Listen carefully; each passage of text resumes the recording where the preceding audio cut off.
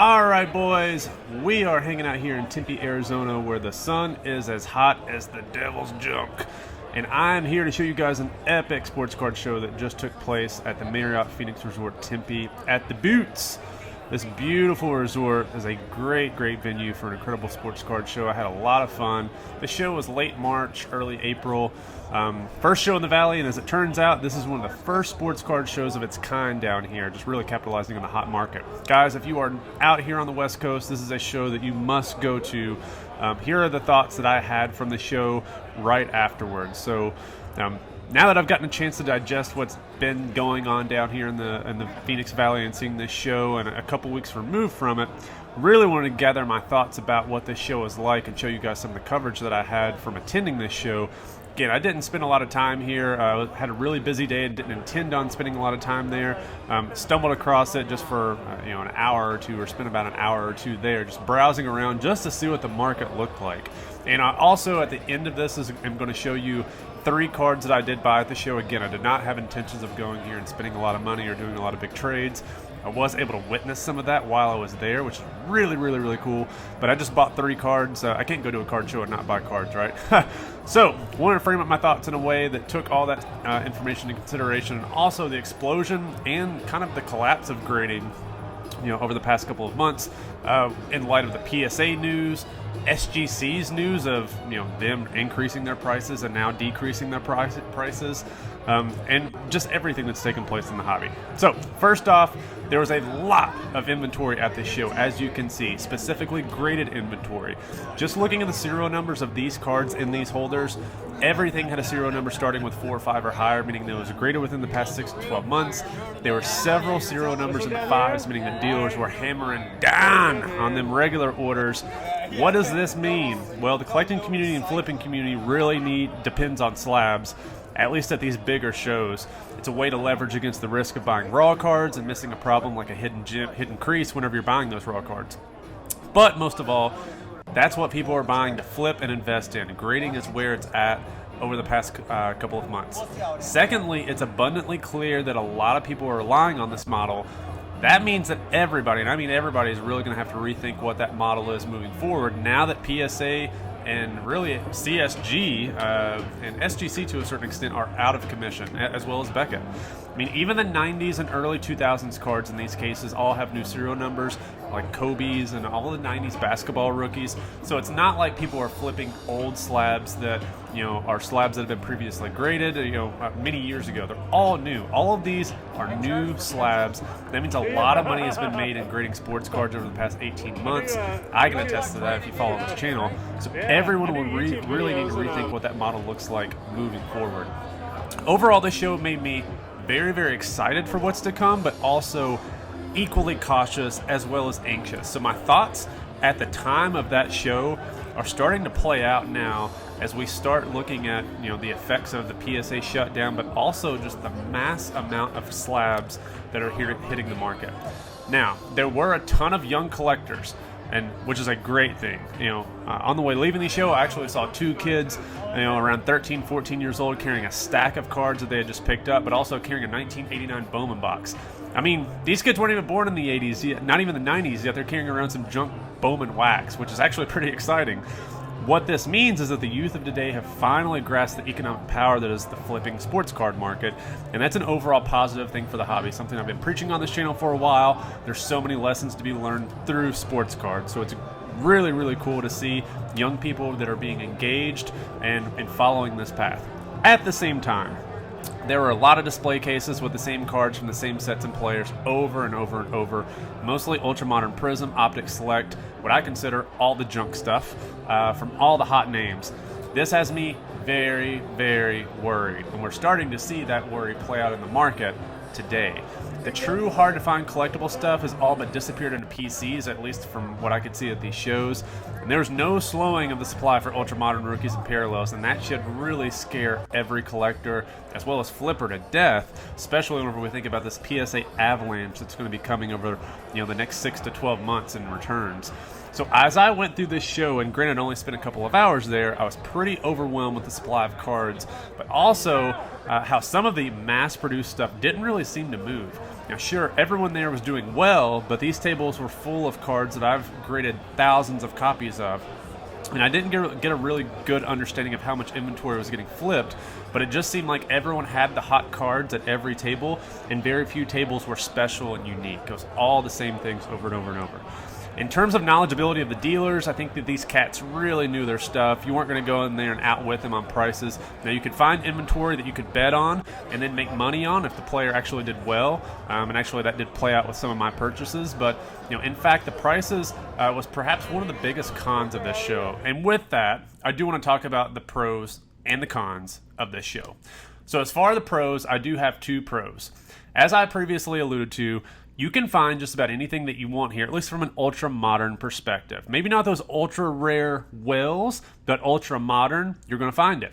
You may not find the specific card from a specific set or the under-the-radar player, but if it's hot, or if you want a LeBron Refractor from Topps Chrome, it may not be the specific year you want, but you can find something along those lines here. The sheer volume of cards and dealers really creates a great opportunity to do some high-end deals, low-end deals, slab deals, raw deals, all the above.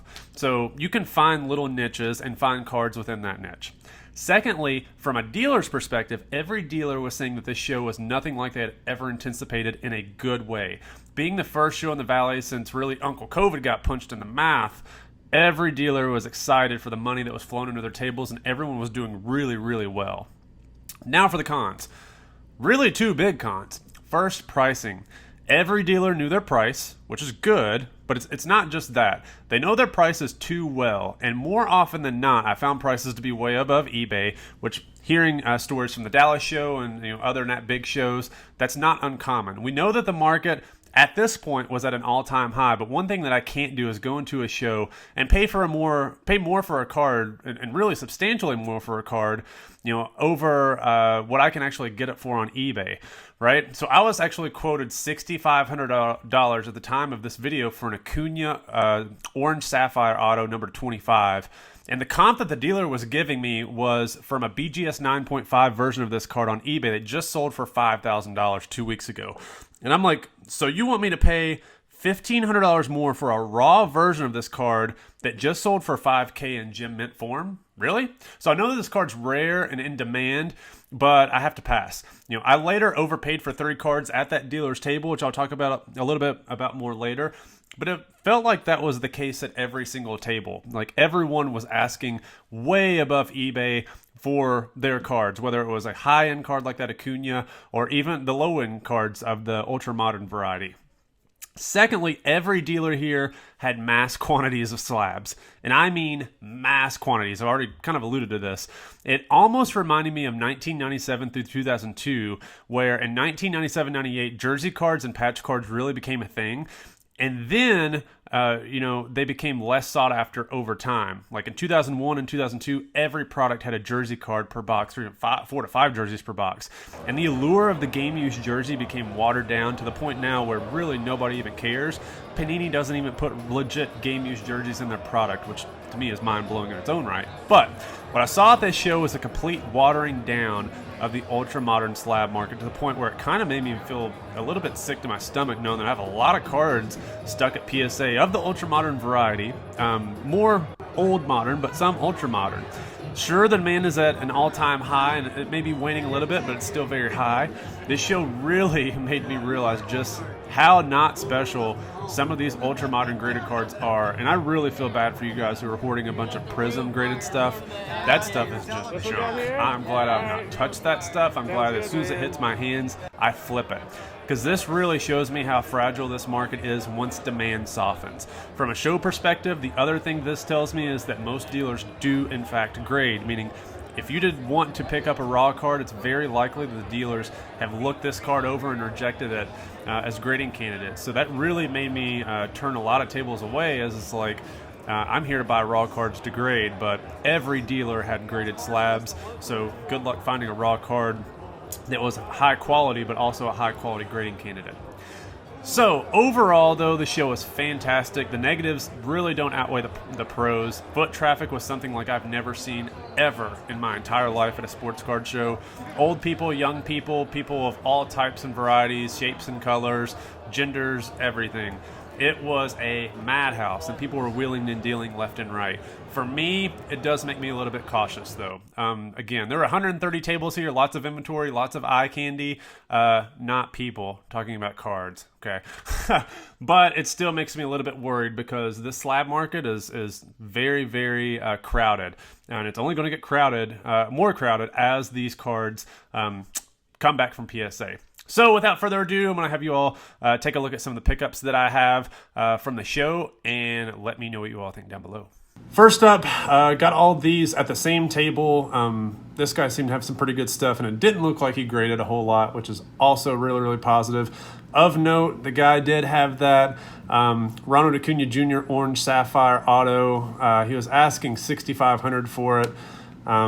Yeah, just wasn't going to go that much, especially when Rebecca at 9.5 just sold for $5,500. I think that was way, way out of range. By the end of the year, I mean, the way Ronald Acuna Jr. is playing so far, maybe that was a mistake. But, you know, I just couldn't pay that much at the time. So Juan Soto is one of the first cards that I saw. I couldn't really tell if this is the refractor or the pink. It was the pink, and he actually had two of these. So he priced these to me at $200 a piece raw. Quickly looked up to see what PSA 10s were going for. The raw card was between $140, $220, so could have overpaid a little bit for these cards, but they do look pretty clean. PSA 10s were right around the 500 range, and Soto's doing great so far. So got one of those and another one. So those will be getting graded here soon.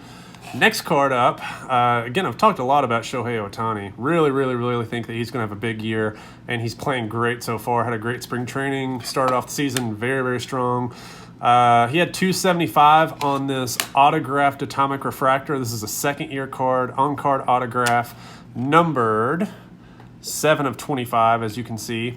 Card really, really looks good. And the card even looks good. I haven't looked to see what the surface looks like. Really, for any of these, I could be looking at cards that may have surface issues. But overall, corners, edges, everything looks pretty sharp on this. You know, figure that this will be a card that, you know, I might give CSG a try.